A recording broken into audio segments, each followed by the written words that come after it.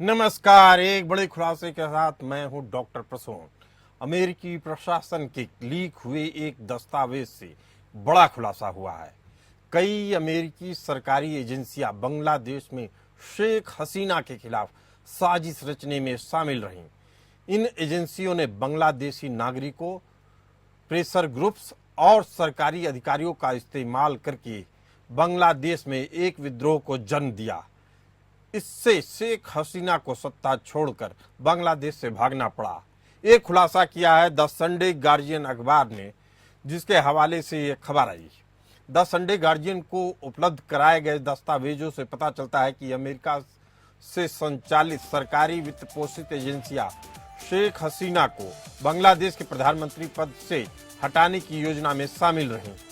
अब अमेरिकी सरकार का एक ऐसा दस्तावेज सार्वजनिक हुआ है जिससे पता चलता है कि शेख हसीना का बांग्लादेश के प्रधानमंत्री पद से हटाने की योजना 2019 में ही शुरू हो गई थी। इस योजना को अंजाम देने वाले वरिष्ठ अमेरिकी अधिकारियों में क्रिस मर्फी, सुमोना गुहा, डोनाल्ड लू और सारा मॉर्गन सहित फ्रांसिस्को बेन कोस में शामिल रहे। इसमें सबसे प्रमुख थे बांग्लादेश अमेरिका स्थित इंटरनेशनल रिपब्लिकन इंस्टीट्यूट। इसके अलावा इंटरनेशनल रिपब्लिकन इंस्टीट्यूट ने इससे पहले 1996 में मंगोलिया में, 2001 में हैती में और 2021 में युगांडा में तख्तापलट करवाया। आंतरिक दस्तावेजों के अनुसार International Republican Institute, National Endowment for Democracy और United States Agency for International Development यानी USAID के व्यापक उद्देश्यों को लागू कर रहा था। दस्तावेज यह भी बताते हैं कि भारत के हस्तक्षेप को काउंटर करने के लिए एक प्रोजेक्ट अलग तरीके से बनाया गया ताकि बांग्लादेश में तख्तापलट को अप्रभावित रखा जा सके। बांग्लादेश की अपदस्थ प्रधानमंत्री शेख हसीना ने अमेरिका पर खुद को सत्ता से बेदखल करने का आरोप लगाया। तब अमेरिका ने इस दावे को सिरे से खारिज कर दिया था। हालांकि जब नोबेल पुरस्कार विजेता मोहम्मद यूनुस बांग्लादेश की सत्ता पर बैठे, तब लोगों का अमेरिका पर शक और ज्यादा गहरा हो गया। मोहम्मद यूनुस को अमेरिका का खास माना जाता रहा है। अमेरिका का सारा खेल NGO, फाइनेंशियल इंस्टीट्यूट और रिसर्च ऑर्गेनाइजेशन के जरिए चलता रहा। वाशिंगटन स्थित इंटरनेशनल रिपब्लिकन इंस्टीट्यूट का घोषित उद्देश्य लोकतांत्रिक संस्थाओं, राजनीतिक दलों, नागरिक समाज और चुनावी प्रक्रियाओं का समर्थन करके लोकतंत्र को बढ़ावा देना रहा। यह लोकतांत्रिक शासन को बढ़ावा देने के उद्देश्य से United States Agency for International development द्वारा वित्त पोषित परियोजनाओं के लिए कार्यान्वयन भागीदार के रूप में कार्य करता रहा। International Republican Institute National Endowment for democracy के 4 प्रमुख संस्थानों में से एक है। इसके अलावा इसमें national democratic institute, centre for international private enterprises और सॉलिडेरिटी सेंटर शामिल है। इस तरह नेशनल एंडोमेंट फॉर डेमोक्रेसी लोकतांत्रिक संस्थाओं और प्रक्रियाओं को मजबूत बनाने के उद्देश्य से विभिन्न परियोजनाओं के लिए इंटरनेशनल रिपब्लिकन इंस्टीट्यूट को अनुदान प्रदान करता रहा। जबकि नेशनल एंडोमेंट फॉर डेमोक्रेसी 1983 में स्थापित एक निजी गैर लाभकारी संगठन है, जिसे मुख्य रूप से अमेरिकी कांग्रेस द्वारा फाइनेंशियली सपोर्ट किया जाता है, जो अमेरिकी सरकार से स्वतंत्र रूप से संचालित होता है। ऐसा कागजों में लिखा है, जबकि इसकी कोई वैधता नहीं है। जबकि United States Agency for International Development यानी USAID अमेरिकी विदेश मंत्रालय के माध्यम से वार्षिक आर्थिक सहयोग प्राप्त करता है। United States Agency for International development एक सरकारी एजेंसी है जो विदेशी सहायता और विकास सहायता को प्रशासित करने के लिए जिम्मेदार है। अमेरिका ने यह सारा षड्यंत्र लोकतंत्र के नाम पर किया और चुनी हुई सरकार का तख्तापलट करने में अहम भूमिका निभाई। बांग्लादेश के लोगों को चुनी हुई प्रधानमंत्री शेख हसीना के खिलाफ भड़काया और सारा खेल होता रहा लोकतंत्र के नाम पर। मार्च 2019 में इंटरनेशनल रिपब्लिक इंस्टीट्यूट ने यूएसएआईडी और नेशनल एंडोमेंट फॉर डेमोक्रेसी से अपनी गतिविधियों के लिए अनुदान प्राप्त करने के बाद ढाका में शासन परिवर्तन करने के लिए एक कार्यक्रम को शुरू किया।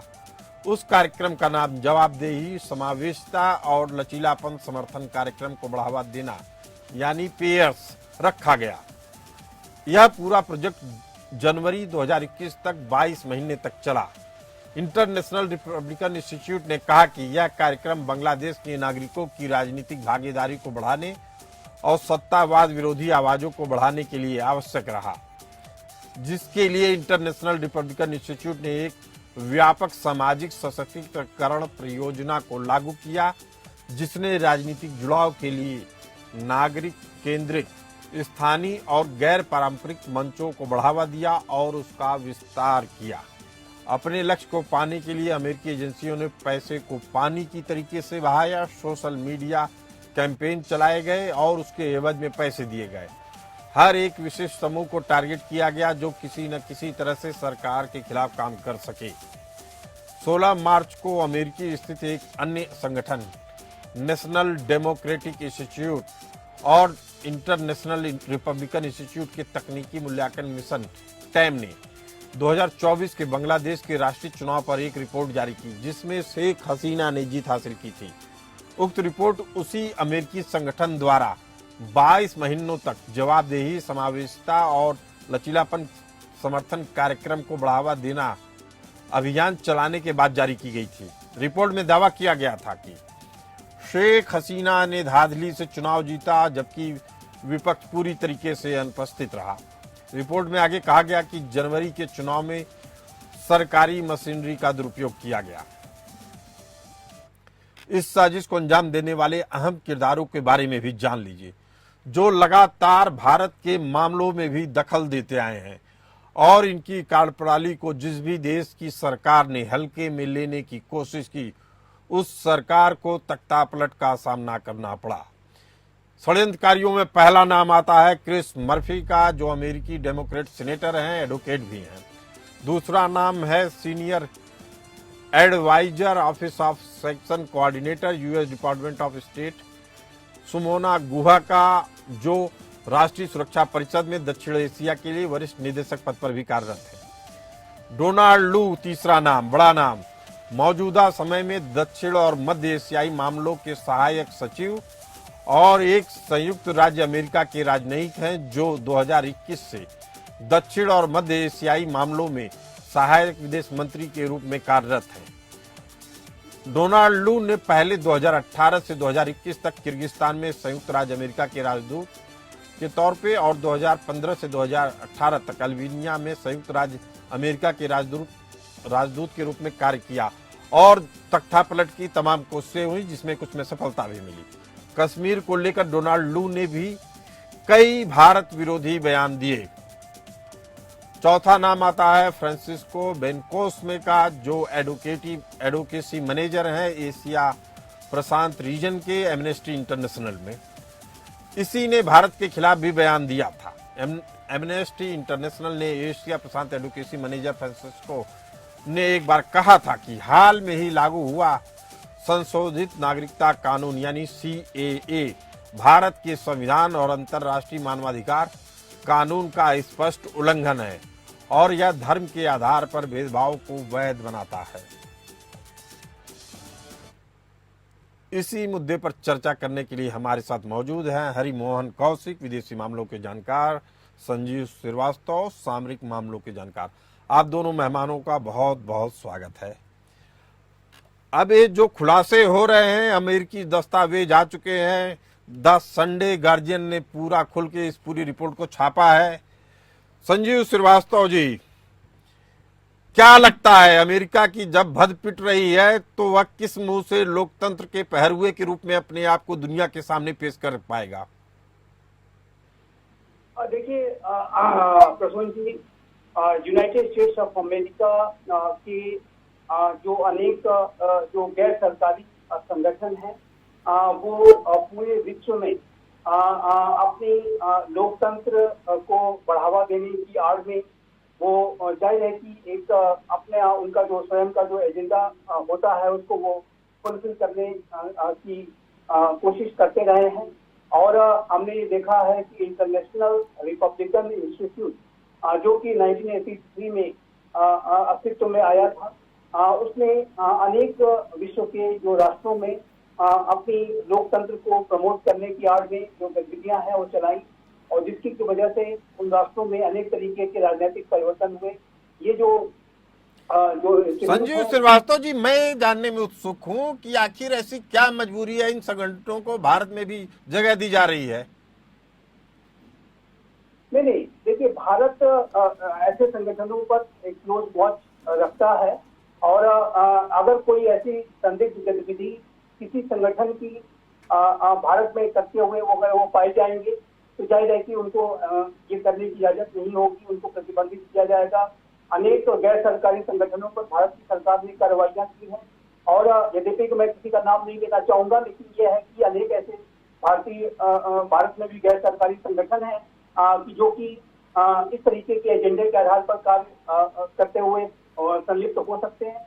और ऐसी सारी गतिविधियों को ध्यान में रखते हुए ये जो सिविल सोसाइटी ऑर्गेनाइजेशन हैं, जिसमें कि अनेक कल्याणकारी सामाजिक कार्य इत्यादि की आड़ में, या इवन की जो अनेक रिसर्च ऑर्गेनाइजेशन की आड़ में अनेक ये अपने एजेंडे को बढ़ाने की कोशिश कर सकते हैं। तो ये जो भारत की सरकार की और भारत की जो एजेंसीज की ऐसी जो भी अब एजेंसी क्या कर रही है तो किसी को नहीं पता है। हरिमोहन कौशिक जी, जो हमने रिपोर्ट दिखाई उसमें जो 4-5 नामों के बारे में बताया मैंने, उसमें डोनाल्ड लू और फ्रांसिस्को बेनकोस में दोनों लोगों के नाम बताए गए। उसमें बताया गया कि एक आदमी तो कश्मीर के बारे में बयान दे रहा है, दूसरा आदमी सीएए के बारे में बयान दे रहा है। इन लोगों को रोका क्यों नहीं जा रहा है?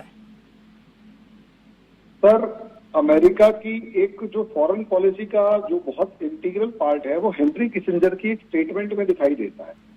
वो साफ शब्दों में कहते हैं कि अगर आप अमेरिका के दुश्मन हैं तो आपको डरना चाहिए, लेकिन अगर आप अमेरिका के दोस्त हैं तो आपको ज्यादा सतर्क रहना चाहिए, ज्यादा डरना चाहिए। यानी अमेरिका किसी का सगा नहीं है। इसमें अगर अमेरिका प्यार से बात कर रहा है, कुछ शब्दों का इस्तेमाल कर रहा है, ह्यूमन राइट्स का और क्या नाम है कंसर्न का, उसके बाद डेवलपमेंट का, डेमोक्रेसी का, तो इसका सीधा मतलब ये है वो असलियत में आपके इंटरनल मैटर्स में इंटरफियर करके अपने इंटरेस्ट को फुलफिल करने की कोशिश कर रहा है, आपकी जड़ें काटने की कोशिश कर रहा है, और पूरी ताकत के साथ बस मुस्कुराते हुए ये काम कर वही काम रहा है, लेकिन मुस्कुराते। दुश्मन के साथ वो काम करेगा सेना के दम पे और सैंक्शंस लगाकर, आपके साथ करेगा मुस्कुरा। अगर हमारी सरकार जैसे मोदी जी है, मोदी जी अगर अमेरिका की बात पूरी तरीके से नहीं मानते हैं तो कोई वहां पर अब डायरेक्ट इंडिया पे तो हमला कर नहीं सकता, क्योंकि पूरी दुनिया का सिनेरियो चेंज हो जाएगा। तो क्या करेगा, इंडिया के अंदर पूरी कोशिश करके मोदी जी की इस सरकार को उखाड़ कर फेंकने के लिए लोगों को भड़काएगा, नैरेटिव वॉर शुरू करेगा, और वो नैरेटिव वॉर के अंदर लोगों को भड़का के लोगों के द्वारा एक जो सरकार एंटी अमेरिका है उसको उखाड़ के फेंक दिया जाएगा। मोहन कौशिक जी, ये परिस्थितियां तो भारत के सामने आ रही है, भारत कैसे टिकल कर रहा है भगवान जानते हैं, लेकिन क्या अमेरिका को शर्मसार करने के लिए कोई एक ऐसी एजेंसी है जहां, या कोई ऐसा मंच है जहां इसकी बातों को लाया जा सके सामने और बार बार उनसे पूछा जाए कि आप लोकतांत्रिक देशों की सरकारों को उखाड़ के क्या साबित करना चाह रहे हैं? क्या यूएन वो सही मंच होगा? संजीव श्रीवास्तव जी, क्या यूएन सही मंच है अमेरिका को आईना दिखाने के लिए, या यूएन भी, यूनाइटेड नेशन भी हाथ खड़े कर दिए हैं इसके लिए? देखिए, मैं यहाँ पर ये कहना चाहूंगा कि ये जो अमेरिका की गैर सरकारी संगठनों की जो गतिविधियां होती हैं, इसको हमें उनके फेस वैल्यू पर नहीं लेना चाहिए, और उनकी जो भी गतिविधियां हैं वो ऑन द ग्राउंड क्या कार्य कर रहे हैं, किस तरीके की वो अपनी एक्टिविटीज कंडक्ट कर रहे हैं, सबके ऊपर एक वॉच रखनी चाहिए। और भारत की सरकार की जहां तक बात है, भारत इस तरीके की वॉच निश्चित रूप से रखता है। यद्यपि कि मैं ये स्पष्ट करना चाहता हूँ कि भारत और अमेरिका की जो रणनीतिक साझेदारी है उसका अपना एक महत्व है, उसको हम दरकिनार नहीं कर सकते। और अमेरिका और भारत के जो संबंध हैं वो चाइना और विश्व में जो हमें अनेक जो की सेक्टर्स हैं उसमें हमारे सहयोग को लेकर के जरूरी है। अमेरिका के साथ इन आधारों पर अपने संबंधों को खराब नहीं कर सकते। हमारे प्राइम मिनिस्टर श्री नरेंद्र मोदी नहीं, अपने देश की अस्मिता की कीमत पे समझौता क्यों नहीं कर सकते? हरिमोहन कौशिक जी, क्या मजबूरी है कि हम समझौता करते जा रहे हैं? मालूम है कि ये संस्थान देश के लोकतांत्रिक मूल्यों को नष्ट कर देते हैं। जिस भी देश में आते हैं तख्ता पलट जैसी कोशिशों को बढ़ावा देते हैं। असल में इनकी मानसिकता राजनीतिक अस्थिरता फैलाने की रही है और भारत में भी ये इसी तरीके की 2-4 बार बयानबाजी कर चुके हैं, चाहे फ्रांसिस्को की बात हो या डोनाल्ड लू की। फिर भी अगर सरकार बर्दाश्त कर रही है तो क्यों? क्या हम इतने कमजोर हैं कि अपनी ही तख्ता पलट कराने के लिए इनको रखे हुए हैं अपने देश में, या उनको फ्री वीजा मिल रहा है? सर, मैंने ये कहा ना, ये सारे काम दोस्त बन के हो रहे हैं, और दोस्त बन के अगर जड़ें काट रहा हो आदमी कोई भी, तो उसका जवाब आप कड़े शब्दों में नहीं दे सकते। फिर भी भारत सरकार जितने कड़े शब्दों में उनका जवाब दे रही है, काउंटर कर रही है, ये दिखाई दे रहा है कि बहुत मेहनत हो रही है। जैसे अगर यूक्रेन वॉर के बाद अगर उठाकर देखा जाए तो भारत सरकार ने जिस तरीके से अमेरिका और यूरोप को टके सा जवाब या कड़े शब्दों के अंदर जवाब दिया, वो हमें और आपको समझ में आ गया कि अल्टीमेटली इंडिया और अमेरिका के इतने भी घनिष्ठ संबंध नहीं है जितने हमें दिखाई दे रहे। दूसरी बात सर, अगर हम देखें यूनाइटेड नेशन, तो माफ कीजिएगा 28 सितंबर को मोदी जी अभी 21, 22, 23 सितंबर को अमेरिका में होंगे, लेकिन यूनाइटेड नेशन जनरल असेंबली की जो मीटिंग है उसमें भाषण के लिए नहीं जा रहे। ये असलियत में यूनाइटेड नेशंस को भी बता दिया गया कि तुम्हारी औकात नहीं बची कि हम तुम्हारे मंच पर खड़े होकर किसी की बुराई करें। और मेरा ऐसा मानना ये है कि जब तक उसमें रिफॉर्म्स नहीं होंगे तब तक कुछ नहीं होगा। लेकिन तीसरी बात सर, रोकने के लिए मोदी सरकार ने सर उस जड़ों के ऊपर वार किया है जिससे अमेरिका तिलमिलाया हुआ है। एक एक्ट था sir, FCRA act, foreign contribution regulatory act. अगर हम इसे देखें तो जिस तरीके से 2020 तक मोदी सरकार ने 4 से 5 बार इसे अमेंड किया, और लास्ट 2020 वाले अमेंडमेंट के बाद तो एमनेस्टी इंटरनेशनल जैसी ऑर्गेनाइजेशन भारत के अंदर अपने सारे ऑपरेशन बंद करके भाग गई, तो अंदाजा लगाकर देखिए कि भारत सरकार उस पर काम कर रही। तीसरी बात सर, डोनाल्ड लू से लेकर एरिक गारसिटी से लेकर और जितने भी भारत के अलग अलग लीडर्स, जो अपोजिशन लीडर और खासकर सिजेशनिस्ट पावर्स जो है, यानी तोड़ने वाली पावर्स जो है, उनसे मिल रहे हैं सर, एक लास्ट लाइन, उनसे मिल रहे हैं। तो आपने देखा होगा अभी मोदी जी 21, 22, 23 तारीख को अमेरिका जा रहे हैं और डोनाल्ड ट्रंप से मिल रहे हैं। और मुझे पूरा विश्वास है डोनाल्ड ट्रंप से मिलकर किसी तरीके का इलेक्शन की एक रैली के अंदर जरूर भाग लेंगे। अगर ऐसा हुआ तो ये भारत का अमेरिका को, अमेरिका की भाषा में एक जवाब के तौर पर देखा जाए कि डोनाल्ड ट्रंप से मिलना और उसके फेवर के अंदर वो क्या नाम है, जिसे कहते हैं कि चुनाव प्रचार करना और इंडियन कम्युनिटी को बताना कि भैया इनको वोट दिया जा सकता है। सर, ये डोनाल्ड लू का जवाब है, मुझे, मेरी नजरों में ऐसा है। लेकिन मुझे लगता है कि जिस तरीके का जवाब सामने आई है, अभी सामने आना चाहिए, वो अभी तक नहीं आया है। संजीव श्रीवास्तव जी, क्या भारत में कोई भी ऐसा विदेश मंत्री है या कोई भी ऐसा अधिकारी आपने कभी सुना 70 साल, 75 साल, 80 साल में, कि जो डोनाल्ड लू की तरीके से कश्मीर के मुद्दे को उठाता हो? अमेरिका का कोई ऐसा, अमेरिका में भी तमाम तरह के मतभेद होते हैं पॉलिटिकल, लेकिन क्या वहां के स्टेट के किसी इशू को जैसे डोनाल्ड लू उठा रहे हैं कश्मीर के मुद्दे को, वैसे किसी ने उठाया? या फ्रांसिस्को कोस्मे की तरीके से सीए जैसे मुद्दे को, जो भारत का अंदरूनी मामला है, ऐसे किसी मामले को भारत के किसी मंत्री ने उठाया, अधिकारी ने उठाया? देखिए प्रसन्न जी, सबसे पहले मैं ये कहूंगा कि FCRA के तहत, जैसा कि हमारे पैनलिस्ट ने बिल्कुल सही ऑब्जर्व किया, कि इस तरीके के जो गैर सरकारी संगठन है उनके विरुद्ध कड़ी कार्रवाइयां की गई है। और भारत की लोकतंत्र को कमजोर करने की अगर कोई साजिश रचेगा तो वो भारत में स्थान नहीं पाएगा, ये बात बिल्कुल स्पष्ट है। और इस तरीके की बातों पर भारत की सरकार किसी के साथ कोई समझौता नहीं कर सकती। नहीं, समझौता तो कर रही है ना संजीव श्रीवास्तव जी। दिक्कत क्या है कि ये बयान पे बयान देते हैं और भारत सरकार चुपचाप बैठी है। वही एक्शन दिखना चाहिए ना। यही तो है कि आपका हाथ मरोड़ा जा रहा है, आप चिल्ला भी नहीं पा रहे हो। यहाँ तो कम से कम शेख हसीना ने वो नौबत आने से पहले, 1 महीने पहले बोल दिया था ऐसी ऐसी चीजें हो रही हैं। पाकिस्तान की बात की जाए तो इमरान खान भी बोल चुके थे। दिक्कत ये है कि हम बोल भी नहीं पा रहे हैं। हमारे 2 विदेश मंत्री प्रसून जी, एक मिनट में अपनी बात कंप्लीट कर दूं। देखिए, जहां तक कश्मीर का प्रश्न है, कश्मीर को लेकर के भारत ने समय समय पर अमेरिका को, विश्व की अन्य महाशक्तियों को स्पष्ट रूप से बता दिया है कश्मीर का जो मुद्दा है वो पूरी तरीके से बायलैटरल है, किसी तीसरे पक्ष की कोई मध्यस्थता स्वीकार नहीं की जाएगी। आपको याद होगा प्रसून जी, आपके दर्शकों को भी याद होगा कि एक बार हमारे इमरान खान जो तत्कालीन प्राइम मिनिस्टर हुआ करते थे पहले पाकिस्तान की, वो अमेरिका की यात्रा पर थे और एक संयुक्त प्रेस कॉन्फ्रेंस में तत्कालीन अमेरिकी राष्ट्रपति डोनाल्ड ट्रंप ने ये कह दिया कि मैं कश्मीर की मध्यस्थता करने के लिए तैयार हूँ, और उसकी इतनी कड़ी प्रतिक्रिया भारत की सरकार की तरफ व्यक्त की गई कि अमेरिका को सफाई देनी पड़ी।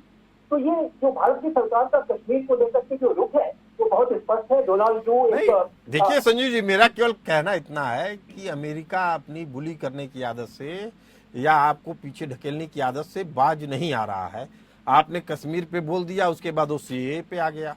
भारत के हर अंदरूनी मामले पे वो राय जाहिर कर देते हैं। इसलिए मैं ये कहना चाहता हूँ कि जो जिस तरीके के जो कंट्रोवर्शियल इश्यूज हैं वो अवश्य हैं, चाहे कश्मीर के बारे में बयानबाजियां करने का बात हो, कभी कोई मध्यस्थता वगैरह करने की बात हो जाए, लेकिन भारत और अमेरिका की जो कंप्रेहेंसिव ग्लोबल स्ट्रेटेजिक पार्टनरशिप है उसके महत्व को हम नकार नहीं सकते। चलिए ठीक है। हरिमोहन कौशिक जी, क्या ये दोस्ती अब भारत को भारी पड़ रही है? नहीं साहब, ये दोस्ती भारी नहीं पड़ रही। इस दोस्ती को हैंडल करने में थोड़ी सी ताकत लग रही है, और वो ताकत नॉर्मली किसी भी सरकार को लगेगी जो अमेरिका की हाँ में हाँ नहीं मिलाए। इसे आप ऐसे समझ सकते हैं कि अगर हम देखें तो हमारे बहुत सारे जो 2008 में न्यूक्लियर डील के बाद इंडिया अमेरिका के ऐसे ऐसे एग्रीमेंट्स हुए हैं जो कि दुनिया में शायद किसी के साथ अमेरिका ने किए ही नहीं, क्योंकि इंडिया की जरूरत है। अब प्रॉब्लम ये है कि क्या इंडिया को अमेरिका की सारी बातें एज इट इज मान लेनी चाहिए? तो इसके ऊपर बहस है कि अमेरिका चाहता है आप हमारे वो अलायंस फोर्स के फॉर्म में बन के रहिए जिस तरीके से दुनिया के बाकी देश रहते हैं। यानी अगर अमेरिका हाँ बोले तो इंडिया हाँ बोले, अमेरिका ना बोले तो इंडिया ना बोले, यानी अपनी एग्जिस्टेंस कमजोर करे। जी संजीव जी, आप कुछ कह रहे हैं? संजीव जी की बात सुन लेते हैं एक मिनट। हाँ, मैं ये कह रहा था कि अमेरिका के डिक्टेशन के आधार पर भारत अपनी विदेश नीति कभी संचालित नहीं कर सकता।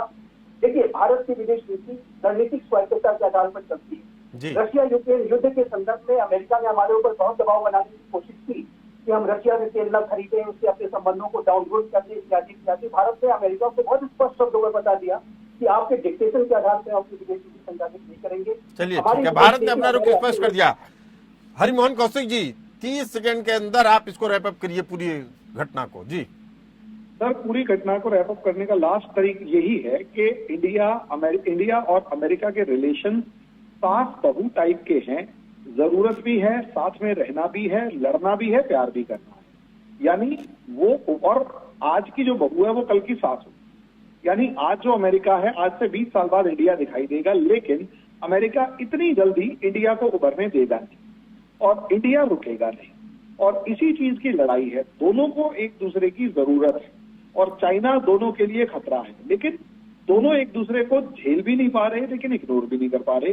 रिलेशन ऐसे वाले हैं, तो इनके लिए थोड़ा सा टफ। तो नई तरीके की रणनीति की जरूरत है। आप दोनों मेहमानों से बात करके यही समझ में आ रहा है कि भारत को नए रणनीति की जरूरत है। आप दोनों मेहमान इस खास चर्चा में जुड़े रहे, आप दोनों का बहुत बहुत धन्यवाद।